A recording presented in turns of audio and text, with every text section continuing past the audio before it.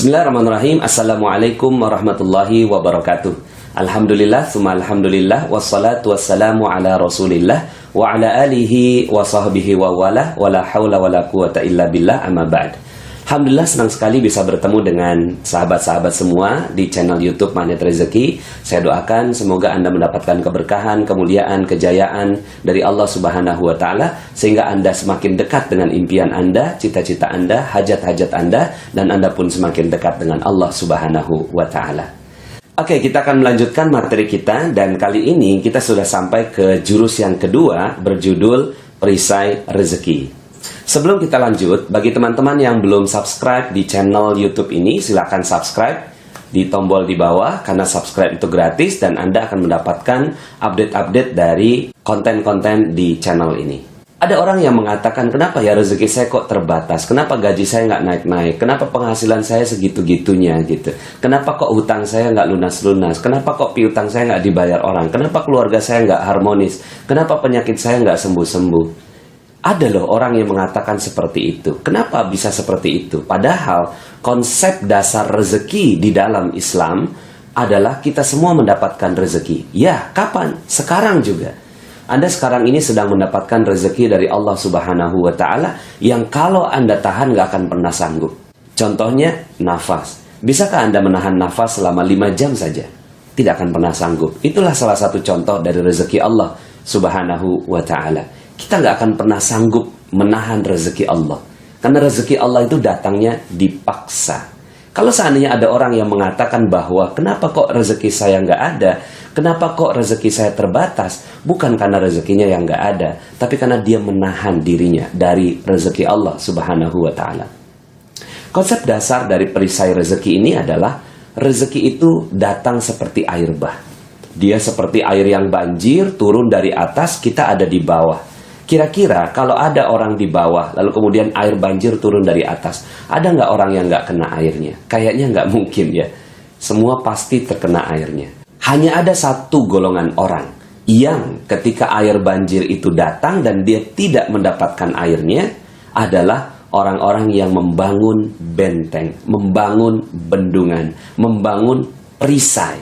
Sehingga akhirnya air itu datang melimpas dan dia tidak terkena ke airnya. Begitulah konsep rezeki Allah Subhanahu wa Ta'ala. Allahnya mau kasih rezeki, tapi kitanya yang membangun perisai itu. Nah, maka kalau kita sudah memahami tentang konsep ini, untuk mendapatkan air bagaimana? Sederhana, buka aja bentengnya. Sederhana, buka aja perisainya. Begitu juga dengan rezeki. Ya, kita ingin mendapatkan rezeki berlimpah, bukan dengan bekerja, bukan dengan berusaha, bukan dengan berikhtiar, tapi dengan membuka perisainya. Ketika perisai ini dibuka, maka insya Allah rezeki Allah akan datang dengan berlimpah ruah kepada kita semua. Perisai inilah yang harus kita betul-betul perhatikan agar kita mendapatkan rezeki Allah Subhanahu wa Ta'ala. Perisai itu bernama dosa. Ya, tidak ada yang lain. Kalau seandainya kita sekarang ini berada dalam kesulitan hidup, kita berada dalam keterbatasan rezeki, bukan karena Allah tak mau kasih rezeki, tapi karena ada dosa-dosa yang menghalangi diri kita dengan rezeki Allah Subhanahu wa Ta'ala. Semakin tebal dosanya, semakin jauh diri kita dari rezeki Allah Subhanahu wa Ta'ala. Dan sangat erat korelasinya antara dosa dengan rezeki. Makin banyak dosanya, makin jauh rezekinya. Makin sedikit dosanya, makin Allah Subhanahu wa Ta'ala berikan rezeki yang berlimpah. Hal ini Allah Subhanahu wa Ta'ala kemukakan di dalam Al-Quran surat Nuh ayat 10-14. A'udzu billahi minasyaitonir rajim. Bismillahirrahmanirrahim. Faqultu astaghfiru rabbakum innahu kana ghaffara yursilis samaa'a 'alaikum midrara wa yumdidkum bi amwalin wa banin wa yaj'al lakum jannatin wa yaj'al lakum anhara ma lakum la tarjuna lillahi waqara wa qad khalaqakum atwara. Maka minta ampunlah kalian kepada Allah. Innahu kana ghaffara, sesungguhnya Allah Maha Pengampun. Kalau Allah sudah ampuni, maka sederhana. Allah Subhanahu wa ta'ala janjikan yursilis samaa alaikum midrara, akan Allah turunkan kepadamu hujan dengan lebat. Masya Allah, ya. Hujan dengan lebat, bukan dengan rintik-rintik, bukan dengan gerimis, hujan dengan lebat. Ini adalah tamsil dari rezeki, bahwa Allah Subhanahu wa ta'ala akan turunkan hujan yang lebat. Hujan ini kan barokah, hujan ini kan rezeki. Allah tambahkan di ayat berikutnya, wa yumdidkum bi amwal, akan Allah tambahkan harta demi harta. Coba lihat konteksnya.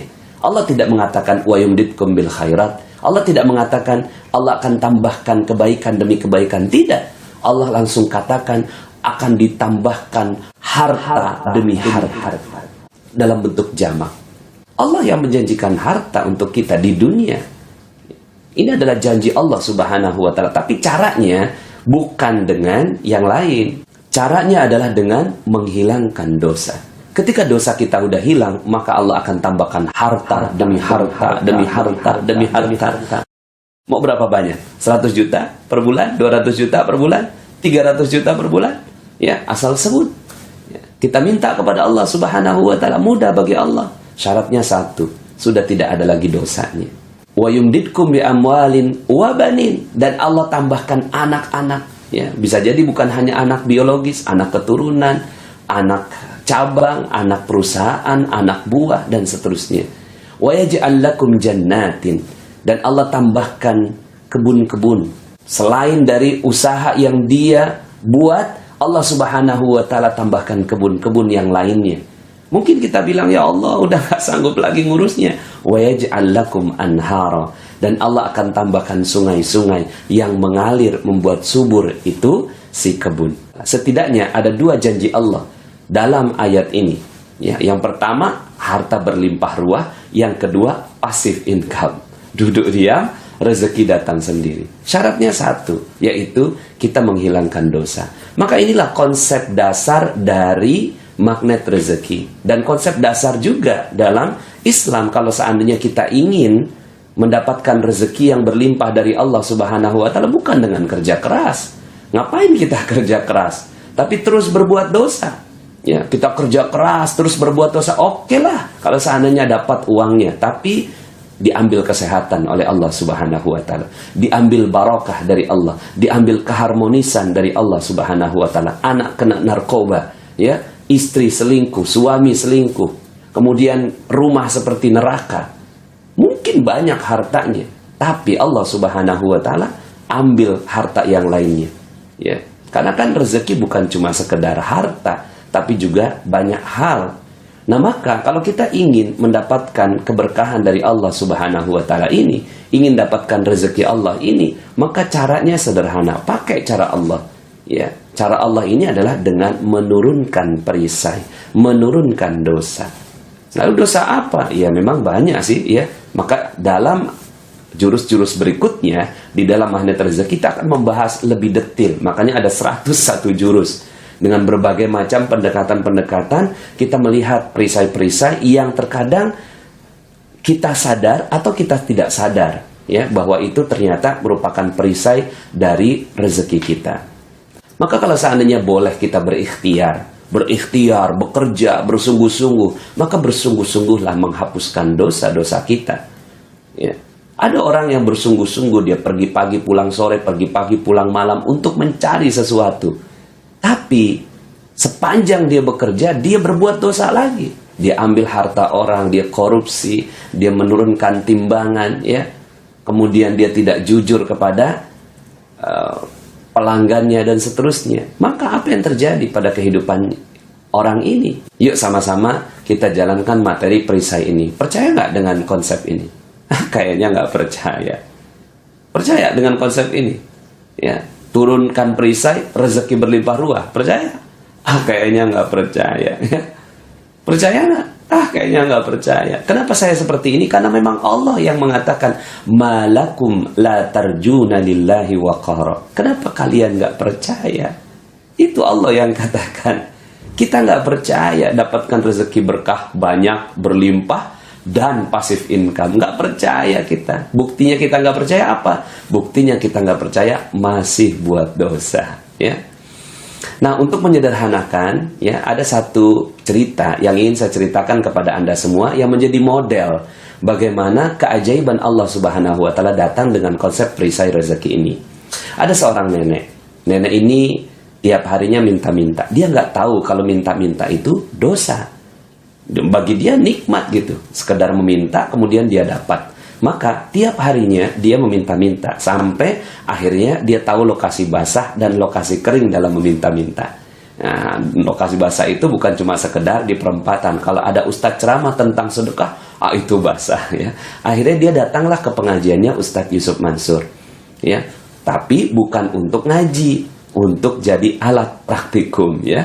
Pada saat jamaah semuanya didoktrin sama Ustadz Yusuf Mansur untuk bersedekah, dia ada di luar untuk menampung dana-dana sedekah. Sampai kemudian ketahuan sama Ustadz Yusuf Mansur, dipanggil tuh si nenek, "Nek, datang pengen minta-minta ya?" "Enggak Ustadz, enggak." "Jangan bohong Nek, banyak orang yang menceritakan seperti itu." "Enggak Ustadz, gini aja deh, kalau besok nenek datang pengen minta-minta, saya usir ya. Tapi kalau nenek datang pengen ngaji, silahkan deh ngaji." Besoknya tuh si nenek datang lagi, tapi udah berubah niat. Bukan lagi pengen minta-minta, tapi pengen ngaji. Suatu hari ada Ustadz Yusuf Mansur, ada tuh si nenek, ada saya. Itu si nenek ngoceh aja depan Ustadz Yusuf Mansur. Wow gitu ya, nggak tahu orang yang diocehin orang sibuk. Lalu kemudian kata Ustadz Yusuf Mansur, "Udah Nek, nggak usah banyak ngomong, nih gue mau kasih duit ya. 250.000, tapi bukan buat nenek semua. 190.000 bagiin ke orang lain sebagai sedekah, 60.000 untuk nenek sebagai ongkos bagiin sedekah." "Paham?" "Nggak paham Ustadz," kata tuh si nenek ya. Lalu kemudian kata Ustadz Yusuf Mansur, "Nas, terusin Nas, gue banyak urusan." Ya mungkin ya kalau cuma sekedar jelasin insya Allah bisa lah. Lalu kemudian akhirnya saya jelasin pelan-pelan. "Nek, Ustadz Yusuf Mansur mau ngasih duit 250.000. Betul kan Ustadz?" Saya cari Ustadznya. "Loh kok nggak ada?" "Oh maksudnya terusin Nas." "Bukan terusin jelasin doang, tapi terusin kasihin duit juga." Aduh, saya ya dijebak sama Ustadz Yusuf Mansur, tapi dijebaknya yang baik. Lalu kemudian akhirnya saya keluarkan dompet saya, ada duit 300.000. Saya tunjukin sama tuh si nenek, "Nih Nek, ada duit 300.000, tapi bukan buat nenek semua. 240.000 bagiin ke orang lain sebagai sedekah, 60.000 untuk nenek sebagai ongkos bagiin sedekah." "Paham?" "Paham Ustadz." "Oh cepet banget pahamnya ya, karena ada duitnya." Jadi orang kalau dijelasin ada duitnya cepat paham ya. Lalu kemudian 2 minggu kemudian saya ketemu sama si nenek ini lagi ya. Dia nangis-nangis ya, terharu. "Subhanallah Ustadz, Alhamdulillah." "Ada apa Nek?" Lalu kemudian dia cerita, "Itu Ustadz, duitnya saya udah tukerin duit-duit kecil, 2.000, 5.000, 10.000. Karena komunitasnya peminta-minta, cepet habis tuh duit. Sampai kemudian ada 3 orang datang ya, Nek, ya, Nek bagi sedekah kok kita nggak kebagian, udah habis ya. Jangan bohong dong Nek." Karena didesak, keluarlah bagian dia ya, 50.000 disimpan, 10.000 ya dikasihin sama tuh si 3 orang. "Bagi 3 ya, udah habis." Pagi harinya dia melakukan seperti itu. Malam harinya lewat depan sebuah rumah, namanya Ibu Hajah Maryam. Lalu kemudian dipanggil tuh si nenek, "Nek sini Nek, ada apa Bu Haji?" "Nggak tahu nih, beberapa bulan ini saya terus keingetan nenek." Lihat kalimatnya, beberapa bulan ini saya terus keingetan nenek. Alhamdulillah tadi pagi saya sudah daftarkan nenek pergi umroh. Alhamdulillah. Saya takjub sekali dengan kisah ini. Ya, Allah Subhanahu wa taala yang mengatur ini semua kisah. Saya menyaksikan Ustadz Yusuf Mansur ngomelin tuh si nenek. Saya menyaksikan juga ketika saya harus melaksanakan tugas dari Ustadz Yusuf Mansur. Dan 2 minggu kemudian saya ketemu sama itu si nenek lagi. Siapa yang mengatur ini semua? Sepertinya Allah Subhanahu wa taala telah mengatur kisah ini untuk menjadi pelajaran bagi kita semua. Bahwa si nenek awalnya berdosa. Ya, tapi awalnya mungkin dia nggak sadar kalau itu dosa. Ya, karena kan orang yang meminta-minta itu dalam sebuah hadis disebutkan akan datang kepada Allah dengan sudah tidak ada lagi dagingnya. Artinya dengan tengkorak saja gitu ya. Saking dihinakannya orang-orang yang meminta-minta ini. Kalau minta sekali 2 kali, it's okay, wajar. Tapi kalau meminta-minta dan dijadikan profesi, nah ini dosa. Nah, awalnya sang nenek berbuat dosa. Sampai kemudian Allah Subhanahu wa taala tetapkan sebuah ilmu melalui Ustadz Yusuf Mansur. Itu pun dipaksa gitu ya. Dipaksa untuk melaksanakannya. Sampai kemudian akhirnya sang nenek ini alhamdulillah mau melaksanakannya. Dia ngaji, dia turunkan perisainya, dia perlahan-lahan turunkan perisainya. Semasa dia menurunkan perisainya itulah Allah Subhanahu wa ta'ala titipkan orang yang akan memberikan rezeki buat sang nenek. Coba bayangkan, ada seorang, ini saya sampai hafal betul namanya Ibu Hajah Maryam, ya. Lalu kemudian sang Ibu Hajah ini, entah kenapa kok Allah yang buat pemikiran bagi Ibu Hajah ini untuk memikirkan umroh bagi sang nenek. Siapa yang mengatur itu semua? Allah Subhanahu wa ta'ala. Sampai kemudian ketika saatnya tiba, Allah Subhanahu wa ta'ala ingin memberikan kegembiraan berupa keajaiban, maka keajaiban itu terjadi. Bukan keajaiban itu terjadinya dulu, di masa ini sudah ada keajaiban itu. So, bagi Anda yang menonton YouTube ini, seandainya Anda berada dalam kondisi yang Allah Subhanahu wa ta'ala tetapkan rezeki Anda masih terbatas, percayalah bahwa ketika kita mau menurunkan perisai kita, ketika kita mau menurunkan dosa kita, ketika kita mau menurunkan hal-hal yang Allah Subhanahu wa ta'ala larang untuk kita, maka insya Allah sebentar lagi akan terjadi keajaiban bagi Anda. Maka inilah perisai rezeki. Kalau kita ingin dapat keajaiban, turunkan perisainya, maka insya Allah keajaiban akan datang pada Anda semua. Kita cukupkan part yang pertama ini. Yang penting Anda memahami konsep dasarnya, dan insya Allah kita akan lanjutkan dalam part yang kedua. Saya Nasrullah, billahi taufiq wal hidayah. Assalamualaikum warahmatullahi wabarakatuh. Aku udah ngomong belum, perisainya itu adalah dosa.